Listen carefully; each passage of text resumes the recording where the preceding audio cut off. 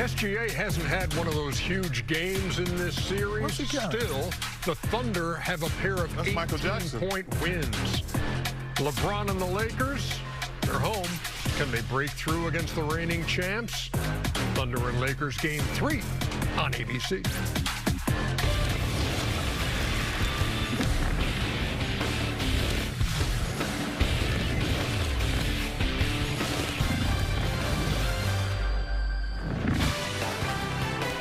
Thunder and Lakers a half hour from now as we welcome you inside Studio J in Atlanta for NBA Tip-Off, which is presented by AT&T. Ernie Johnson.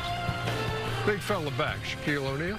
Welcome back. Kenny the Jet Smith. Charles Barkley. We had an appetizer today that was great, and now we get to unsure. I was going to say, wasn't that something? That was a heck of a game. Good job by the guys at NBC. They were awesome today. James Harden. I thought you were talking about the players. No, James Harden coming strong in the fourth quarter of that game. So Cleveland went home, down 2-0, got a win. Lakers are going to try to do the same thing tonight. You know, the Lakers, they just need to come out and play. It's a lot of, we're not getting calls, and our superstars don't get whistles. I don't want to hear it. In the words of the great Uncle Jerome and Philip Arthur Harrison, play through it. SGA is a superstar. He's going to get most of the calls. Yes, he has that unstoppable move, a.k.a. the push-off. But my question to the Lakers is what you're going to do. You still got to run back on defense. You still got to play your game, and you still got to dominate. You're at home. There should be no excuses. As a player, I never wanted help from the referees anyway. I want to beat whoever the so-called best is. OKC is the champ. You got to step your game up and play. I had no idea you were going to go there, but it works perfectly into the theme of this segment. 6 games into the postseason, OKC hasn't lost a game, winning by an average about 17 a game. They used runs of 25-7 in the third quarter, 17-5 in the fourth to break open what had been a tight game.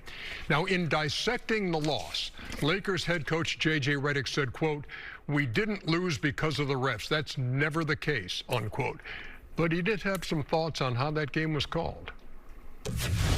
I sarcastically said the other day they were the most disruptive team without fouling. I mean, they have a few guys that foul on every possession, and all the good defenses do. They're hard enough to play.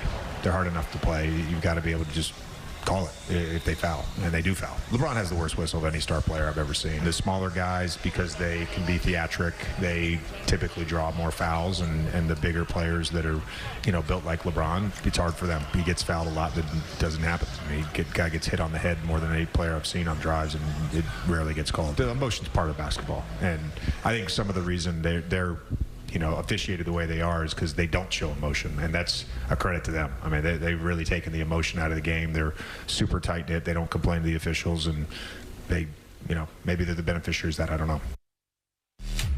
And joining us now is the NBA Senior VP of Referee Training and Development, Monty McCutcheon. Monty, thanks a lot for taking some time with us tonight. We appreciate you. It's good to be here, Ernie. Hey, look, for as long as there's been basketball, there has been talk about officiating from fans, from players, from coaches, you name it. So we're used to that.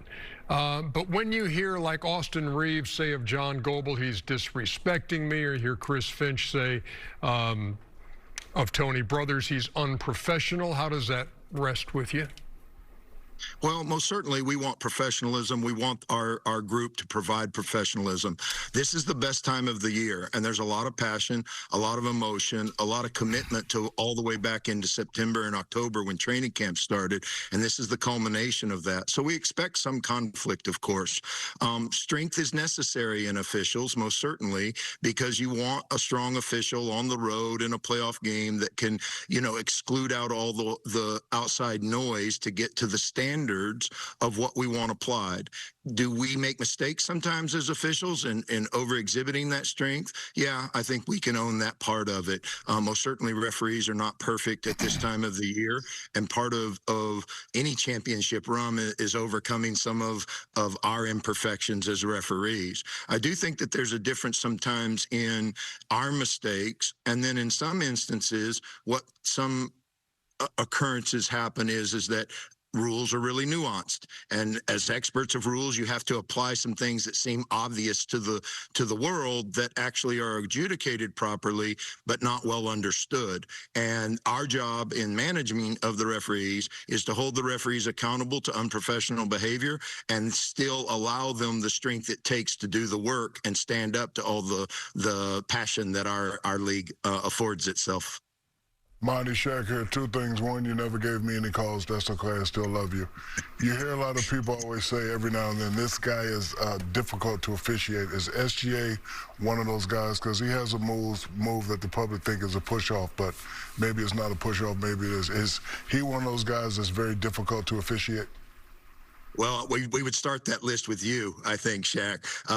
Not that I ever made any mistakes with you. I could probably fill books up with my mistakes. I do think Shea and other players that are the game slows down for our best players, and all of you that work there were some of our best players in the history of our league, and you know that the game slows down for you. And as the game slows down, it allows you to push the envelope on the demarcation lines of legal and illegal and exposing illegal. And of course, there's always going to be some embellishment. It's worth noting that we use the word flop very generally. Most certainly in general talk, we use flop. But at the league office and for our stakeholders, we've separated flopping as a violation from embellishment. Now, we can sit until, the late hours of the night discussing whether one is a flop, secondary, theatrical, exaggerated movements is what we call a flop, or merely embellishment. And we've tried to give the league a distinction between that, but reasonable people could disagree between embellishment and flopping, and that's part of the work. I do think that certain players skirt that line and make it difficult and hard on referees to live between the demarcation line of legal, flopping, or embellishment, and most certainly we do our best from night to night to uphold standards, and we fail at that sometimes as referees, most certainly. Well, first of all, Monty, you got to shorten your damn answers. We only got a half-an-hour show, first and foremost. I don't get much chance to spread the word, Chuck. I got to maximize it. So I think that you guys do a great job. Obviously, you said it, you're going to miss some calls because obviously in real time it's very difficult. How much, and to a certain degree, well, it's really unfair to the referees, we and the people at home get to look at the replay in slow motion 5 times, and then like they missed a call. I think that's fundamentally unfair, to be honest with you. How much does that factor into y'all opinion of some of the calls and some of the stuff going on in these games now? I think one of the things that's really important to us, Chuck, is to make sure that we're following the training that we apply. And some plays are really, really difficult. Also, we make fundamental mistakes in what we know works. And if we fail at the training, we get very, strong with our officiating staff about how to get better because we know these things work. I do think it's important. Coach K has this great line where 2 is better than 1 when 2 act as 1. I've appropriated that for our staff as 3 is better than 1 when they act as 1. And so we break the game down into, primary and secondary areas of coverage. And when we do a good job of handing those coverages off, we're better because we see more of less of the game. If we try to ball watch like we do when we're, watching a game, then we're not as good. Most certainly we want to hold our referees accountable. There are a lot there's a lot of effort that goes into the passion of a season, and we have to live up to the charge of that. But there are plays that are very difficult to see in real time. There's no doubt about that. Well, I do like that quote you just said, Monty, but Dean Smith had one. 1 is better than 2 if it's from Carolina. I would say this, the most interesting thing I saw was at the end of the game when Austin Reeves had an opportunity to talk for an extended period of time. Typically, you always see the referees, they bolt to the end of the dressing room. They don't give players at the end of the game. Was that like a little bit unprecedented to have that much time to talk to a referee after the game? We teach our officials, Kenny, to go to center court so that we're, not leaving the same bombs at the same time where emotions can run high. Most certainly, we want interactions to be professional there. I do think that had a look to it, obviously, but there wasn't a ton of profanity or anything like that. It had a look of, it was out of the ordinary. There's no doubt about that. But Austin was in control. John did a good job of letting him hear his piece. There were a couple of plays in that game that lived on the nuance of our rule. There was a continuation play that everyone was quite upset about, but that we actually got right. Shots that are taken inside the lower defensive box, it's at the gather that continuation takes place. If the shot is going to be outside the lower defensive box, then it's the upward shooting motion. And on that play, we got it right, but it didn't have the feel of getting it right because upward shooting motion didn't start until after the bump, even though the gather had taken place. And so there's the bump, there's upward shooting motion, as you see. And so I can understand in the passion of the moment that kind of disagreement from a team. That's a nuanced part of our rule.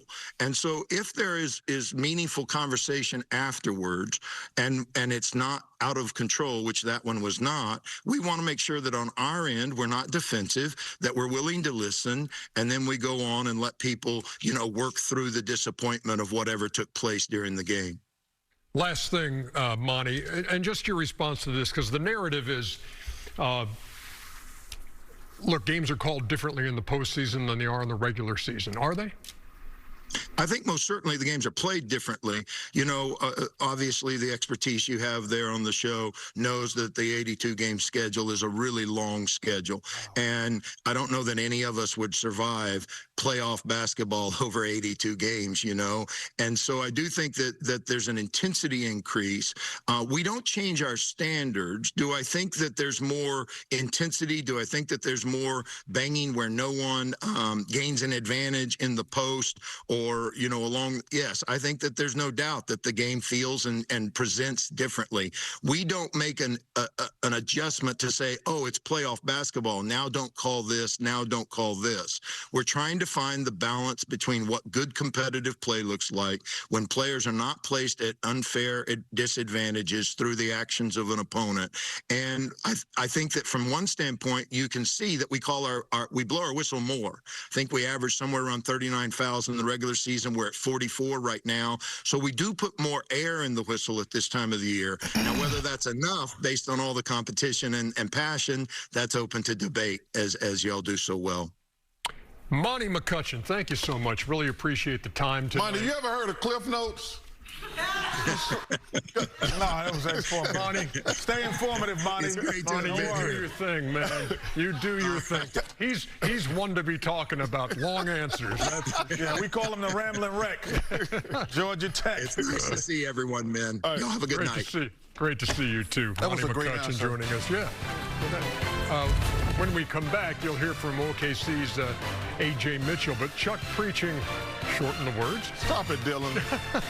That was a great answer he gave, though. Yeah. The games are played different during the playoffs. That was better players. Yeah, got better players in the playoffs. That was a great answer. NBA Tip-Off is presented by AT&T. Connecting changes everything. Among many of OKC's contributors in this playoff run, Ajay Mitchell, who has stepped in with the injury to Jalen Williams. Wow. And man, has he produced 16 points a game. He's into that starting role now. And when he got to the arena in L.A. today, I had a chance to talk to him. Oh, wow. AJ, what kind of pressure comes with replacing Jalen Williams in a playoff series? I don't think there's any more pressure. I think as a team, we're just ready to go, whoever's on the court. So for me, that's just been the mindset, just being confident and being aggressive going out there. What does it say about your team that SGA really hasn't had one of those SGA games yet, but you guys have won 2 games by 18? Yeah, we have a complete team, 1 through 15. Everybody's ready to go. And that's the beauty of having a team that's complete like we do. And now you go on the road. What do you expect to see in L.A. tonight in that atmosphere? Yeah, I mean, I think it's going to be a physical game like the past 2 games. So we just got to be ready to fight and put our foot on the gas from the jump. Hey, you know what? I was reading a great story in The Athletic by Joel Lorenzi, who talked about how difficult this year has been because you lost your dad in December. He played for the Thunder, too, the Quad City Thunder, back in the old CBA. And I know this is a tough time. That doesn't go away in a hurry, man. What did your dad mean to you, and what kind of thoughts are in your head these days? I mean, it meant the world to me. Obviously, he's one of the main reasons I started playing basketball, just watching him growing up and wanting to just be like him and just living the dream that he wanted to live. And I'm glad he got to see my first year. And, yeah, I mean, he's always with me. I know that you don't look ahead to series. I assume you're keeping up with what's going on in all the playoffs, correct? Yes, sir. So have you kept an eye at all on your old teammate on the French under-18 team, Victor Wembanyama, and what he's doing? A little bit, yeah. I've been following their series, obviously focused on us, but it's that time of the year where every series is pretty interesting, so always got to keep watching those games. Very good job of not saying you look forward to a meeting with him, because you still got work to do against the Lakers, and they got work to do against the Timberwolves. Last thing. Yes, sir. So is it true your mom is living with you, correct? Yep. All right. It's Mother's Day weekend. Is she going to the game in L.A.? Yeah, she's out here in L.A., so okay. I'll take care of her tomorrow, make sure we get a good day. But when you're at home, what's the go-to meal with Mom's home cooking? Oh, man, her pasta. She does an incredible, bolognese pasta, so that's the go-to. Oh, my goodness. Right up my alley, too. Ajay Mitchell, I appreciate you, man. Thanks a lot. Of course. Appreciate you. See you. UC Santa Barbara Gaucho, the 23-year-old Ajay Mitchell. See what LeBron and the Lakers have in store tonight. At home, down 2-0 to the Thunder. NBA Tip-Off is presented by AT&T. Connecting changes everything. Pistons Cavs tied at 104. And look at that steal by Max Strus from Cade Cunningham on the inbounds. In fact, Cunningham had 3 turnovers in about 41 seconds. Down the stretch, he was careless with the ball at times, uncharacteristic. And James Harden was huge in the fourth quarter today. 9 points in the fourth quarter. Bang, bang. Man, Cade Cunningham is the real deal. Yeah, if he didn't turn the ball over, it might have been a different outcome. Yeah, 8 turnovers on the day for Cade. That's the old James right there. Yep. Man, he got fouled, too. Kicked his leg up. Well, 19 points, 7 assists, 9 of those points. Shot. I didn't understand that. Well, I didn't understand that one at all. Quarter, and the Cleveland Cavaliers go home and break through 116 to 109. Donovan Mitchell, a 35-point afternoon, his 4th 30-point game of these playoffs. And the money moment presented by Chime. It's the beard, Shaq. Yeah, he came through, especially in the fourth quarter. You know, he had 3 key buckets in a row. He had 1 floater, the step back 3, and hit another jumper. You know, I know everybody's been critical, especially me, of him not, stepping up, but he stepped up tonight. Still would like to see him have a bigger game, but he had some excellent timely baskets. Big moment. Yeah, I think that's a 7-game series. All 3 games so far decided in clutch time. There is Chet Holmgren. He's Oklahoma City's leading scorer. Is Jalen Williams playing tonight? Or he's just sitting there?